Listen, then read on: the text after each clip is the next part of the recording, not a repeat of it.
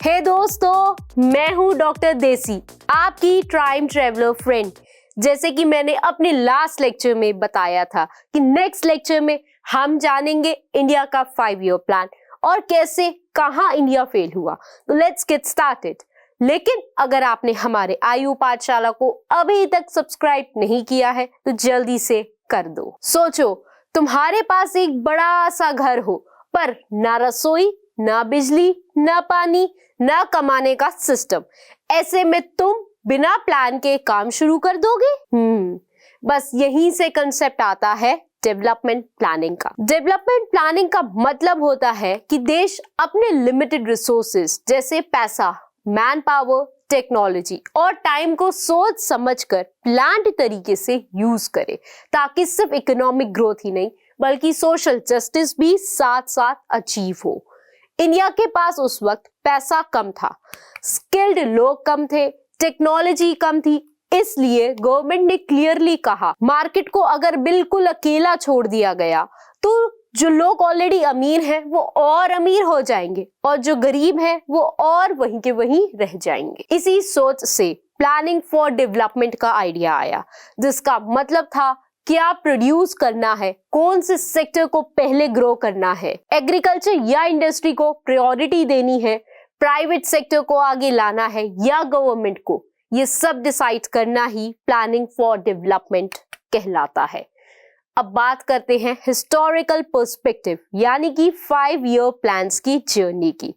तो आओ time machine में बैठते हैं और चलते हैं हम अपने हिस्टोरिकल पर्सपेक्टिव 5 ईयर प्लान्स की जर्नी पर। जवाहरलाल नेहरू जी बोलते हैं, हम रोज रोज सर्वाइवल मोड में नहीं रह सकते, हमें फ्यूचर का एक क्लियर ब्लूप्रिंट चाहिए ही चाहिए। इसी सोच से 5 ईयर प्लान्स लाए गए, यानी हर 5 साल के लिए एक प्रॉपर नेशनल प्लान जिसमें क्लियर टारगेट्स होते, प्रायोरिटीज डिसाइड होती और गवर्नमेंट का स्ट्रॉन्ग रोल होता। तो फेज 1 अर्ली प्लानिंग एरा 1951 से 1965, hope nation building, Nehruvian vision, first 5 year plan 1951 से 1956।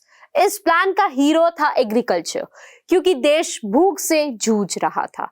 फोकस था इरिगेशन प्रोजेक्ट्स, डैम्स और कम्युनिटी डेवलपमेंट पर, और इसका रिजल्ट सक्सेसफुल हुआ और फूड प्रोडक्शन बढ़ी। मैसेज क्लियर था, पहले पेट भरो फिर फैक्ट्री लगाओ। सेकेंड 5 ईयर प्लान 1956 से 1961, अब फोकस शिफ्ट हुआ हेवी इंडस्ट्रीज पर।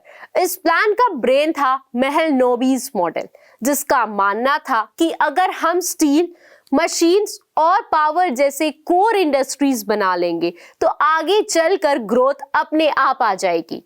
इसीलिए भिलाई, रूरकेला, दुर्गापुर जैसे स्टील प्लांट्स बने और इंडिया का इंडस्ट्रियल बेस तैयार हुआ। थर्ड 5 ईयर प्लान 1961 से 1966, प्लान सेल्फ रिलायंस पे बेस्ड था। लेकिन जैसे हर स्टोरी में कुछ अप डाउन आते हैं, वैसे ही हमारी इस 5 ईयर प्लान की स्टोरी में डाउनफॉल भी आया। और 1962 में चाइना वॉर, 1965 में पाकिस्तान वॉर, सिवियर ड्रॉट, तो फिर प्लान फेल हो गया।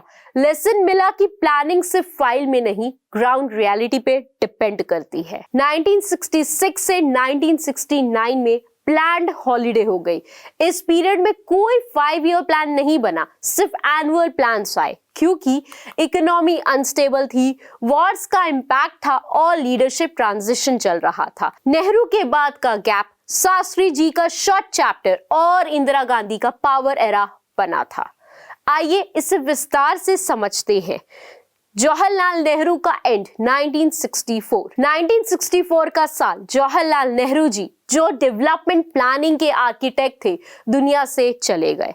उन्होंने इंडिया को 5 ईयर प्लान्स, प्लानिंग कमीशन जो सरकार का वो केंद्रीय संस्था था जो देश के लिए 5 साल का विकास योजना 5 ईयर प्लान्स बनाता, रिसोर्सेज एलोकेट करता और डेवलपमेंट गोल्स सेट करता था। एग्रीकल्चर, इंडस्ट्री, एजुकेशन, हेल्थ जैसे सेक्टर्स को प्रायोरिटी देता था, बजट और रिसोर्सेज का डिस्ट्रीब्यूशन सजेस्ट करता था, पूरे देश की डेवलपमेंट डायरेक्शन सेट करता था, जवाहरलाल नेहरू जी ने मिक्स्ड इकोनॉमी का फाउंडेशन दिया था, लेकिन उनके जाने के बाद देश के सामने एक बड़ा सवाल खड़ा हो गया।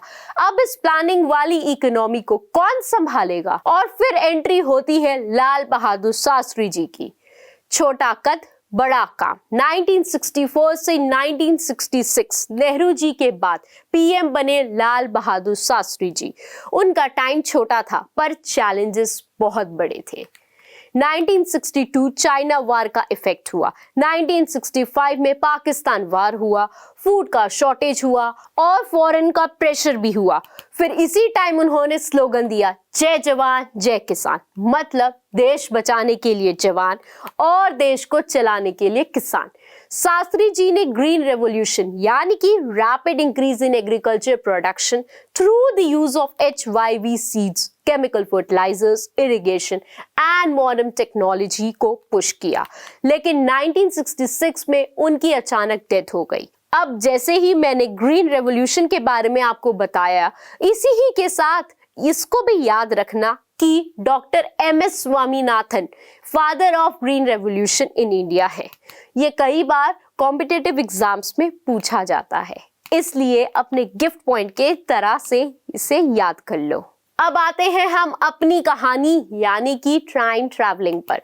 अगली कहानी है हमारी social justice and state control 1969 से 1980।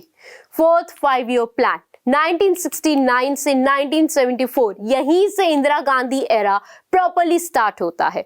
फोर्थ प्लान का फोकस था ग्रोथ विद स्टेबिलिटी, यानी ग्रोथ भी हो और इकोनॉमी स्टेबल भी रहे। इस प्लान ने गरीबी हटाओ आइडियोलॉजी का ग्राउंड वर्क तैयार किया और स्टेट कंट्रोल और स्ट्रॉन्ग हो गया। फिफ्थ 5 ईयर प्लान 1974 से 1979, इस प्लान का सेंट्रल थीम था पॉवर्टी रिमूवल। गरीबी हटाओ सिर्फ स्लोगन नहीं, पॉलिसी बन गया।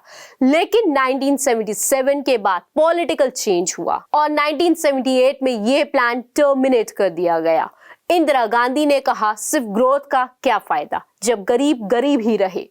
और इसी के साथ बैंक नेशनलाइजेशन 1969, गरीबी हटाओ 1971, PSU एक्सपेंशन हुआ और यहीं से स्टेट लेड प्लानिंग एक्सट्रीम पे पहुंची। सिक्स्थ 5 ईयर प्लान 1980 से 1985, इंदिरा गांधी के रिटर्न के साथ सिक्स्थ 5 ईयर प्लान आया। इस प्लान में पहली बार थोड़ा थोड़ा लिबरलाइजेशन दिखने लगा। टेक्नोलॉजी, प्रोडक्टिविटी और एफिशिएंसी पर ध्यान दिया गया। सेवेंथ 5 ईयर प्लान 1985 से 1990, राजीव गांधी एरा, फोकस था मॉडर्नाइजेशन, कंप्यूटर्स, टेलीकॉम और प्रोडक्टिविटी पर। इकोनॉमिक इंस्टेबिलिटी और बैलेंस ऑफ पेमेंट क्राइसिस के कारण फिर से एनुअल प्लान आए। अब बात करते हैं हम पोस्ट लिबरलाइजेशन एरा की, 1991 के बाद की कहानी। 1991 में देश सिवियर इकोनॉमिक क्राइसिस में फंस गया। फॉरेन एक्सचेंज सिर्फ 2 हफ्ते के इंपोर्ट्स के लिए बचा था। गोल्ड गिरवी रखना पड़ा और IMF के पास जाना पड़ा। और उस समय PM थे PV नारासिम्हा राव और फाइनेंस मिनिस्टर मनमोहन सिंह। उनका एक ही डायलॉग था, अब या तो बदलेगा या डूबेगा। इसी के साथ LPG रिफॉर्म सिस्टम का रिबूट हुआ। लिबरलाइजेशन, गवर्नमेंट ने कहा बिजनेस को बंधन से आजाद करो, लाइसेंस राज को खत्म करो, परमिशंस कम हुई, प्राइवेट सेक्टर को काम करने की फ्रीडम मिली। प्राइवेटाइजेशन, सरकारी मोनोपोली धीरे धीरे कम हुई, प्राइवेट कंपनीज को एंट्री मिली, कंपटीशन बढ़ा, एफिशिएंसी आई और अंत में आता है हमारा ग्लोबलाइजेशन। इंडिया ने दुनिया के लिए दरवाजा खोल दिया। फॉरेन कंपनीज आई, एक्सपोर्ट्स बढ़े, टेक्नोलॉजी ट्रांसफर हुआ। अब बात करते हैं हम पोस्ट लिबरलाइजेशन एक्सपीरियंस रिफॉर्म्स के बाद इंडिया में क्या हुआ। इंडिया में IT रेवोल्यूशन आया, मिडिल क्लास स्ट्रांग हुई, ग्रोथ रेट फास्ट हो गया, इंडिया ग्लोबल इकोनॉमी का हिस्सा बना। लेकिन इनके साथ ही कुछ चैलेंजेस भी आए, जैसे कि इनफॉर्मल वर्कर्स इनसिक्योर हुए, एजुकेशन और हेल्थ पर प्रेशर पड़ा। मतलब ग्रोथ आई पर सबके लिए बराबर नहीं आई। पुराने जमाने का बॉस कल्चर से नए जमाने का टीम कल्चर तक सोचो। 1950 का इंडिया, देश नया नया आजाद हुआ है, स्टेट्स वीक है, एक्सपीरियंस कम है, इसलिए उस वक्त प्लानिंग कमीशन बिल्कुल स्कूल के स्ट्रिक्ट प्रिंसिपल जैसा काम करता था। दिल्ली में बैठकर डिसाइड होता था कि कौन सा स्टेट क्या बनाएगा, कौन सा प्रोजेक्ट कहाँ लगेगा, पैसा कैसे मिलेगा और किसको पहले मिलेगा, और इसी को कहते हैं हम टॉप टू डाउन अप्रोच, ऊपर से ऑर्डर नीचे फॉलो होना। इस सिस्टम का फायदा ये था कि डिसिप्लिन और डायरेक्शन मिली, लेकिन धीरे धीरे प्रॉब्लम ये हो गई कि स्टेट्स की आवाज दब गई। हर स्टेट की नीड्स अलग होती हैं। केरला की हेल्थ प्रॉब्लम्स अलग, बिहार की एम्प्लॉयमेंट प्रॉब्लम अलग, लेकिन प्लानिंग सबके लिए एक जैसी होती थी। और इसी के साथ 2015 में नरेंद्र मोदी गवर्नमेंट ने कहा अब इंडिया मैच्योर हो चुका है, स्टेट से फॉलोअर्स नहीं पार्टनर्स होंगे। यहीं से नीति आयोग आया। नीति आयोग का मतलब है कि national institute for transforming India. इसका स्टाइल है बॉटम अप अप्रोच। पहले स्टेट्स बताएंगी अपनी प्रॉब्लम, फिर सेंटर उनके साथ मिलकर सॉल्यूशन बनाएगा। अब प्लानिंग सिर्फ फाइल में नहीं, डेटा, डैशबोर्ड्स और ग्राउंड फीडबैक पे होती है। नीति आयोग का फोकस है कोऑपरेटिव फेडरलिज्म, सेंटर और स्टेट साथ साथ काम करे। डेटा बेस्ड प्लानिंग अंदाजा नहीं, नंबर्स पे पॉलिसी बने। ह्यूमन डेवलपमेंट सिर्फ जीडीपी नहीं बल्कि हेल्थ, एजुकेशन और स्किल्स, मतलब प्लानिंग का सेंटर इंसान बन गया, सिर्फ फैक्ट्री और रोड नहीं। और इसी के साथ अब मैं आपको यह बताना चाहूंगी कि इंडिया की डेवलपमेंट प्लानिंग एक स्ट्रेट लाइन नहीं रही। ये एक स्ट्रगल, एक्सपीरियंस और लर्निंग प्रोसेस रही। कभी सरकार ने लीड ली, कभी मार्केट ने। आज इंडिया इस स्टेज पे है जहां प्लानिंग का मतलब सिर्फ जीडीपी नहीं बल्कि इंसान, इंसाफ और इंक्लूसिव ग्रोथ है। डेवलपमेंट प्लानिंग आज भी जिंदा है, बस किरदार बदल गया है, अप्रोच इवॉल्व हो गई है। इसी के साथ मुझे दीजिए इजाजत, और साथ ही में और पढ़ने के लिए, ग्रोथ डेवलपमेंट पाने के लिए चैनल को लाइक, शेयर, सब्सक्राइब करना बिल्कुल ना भूलें।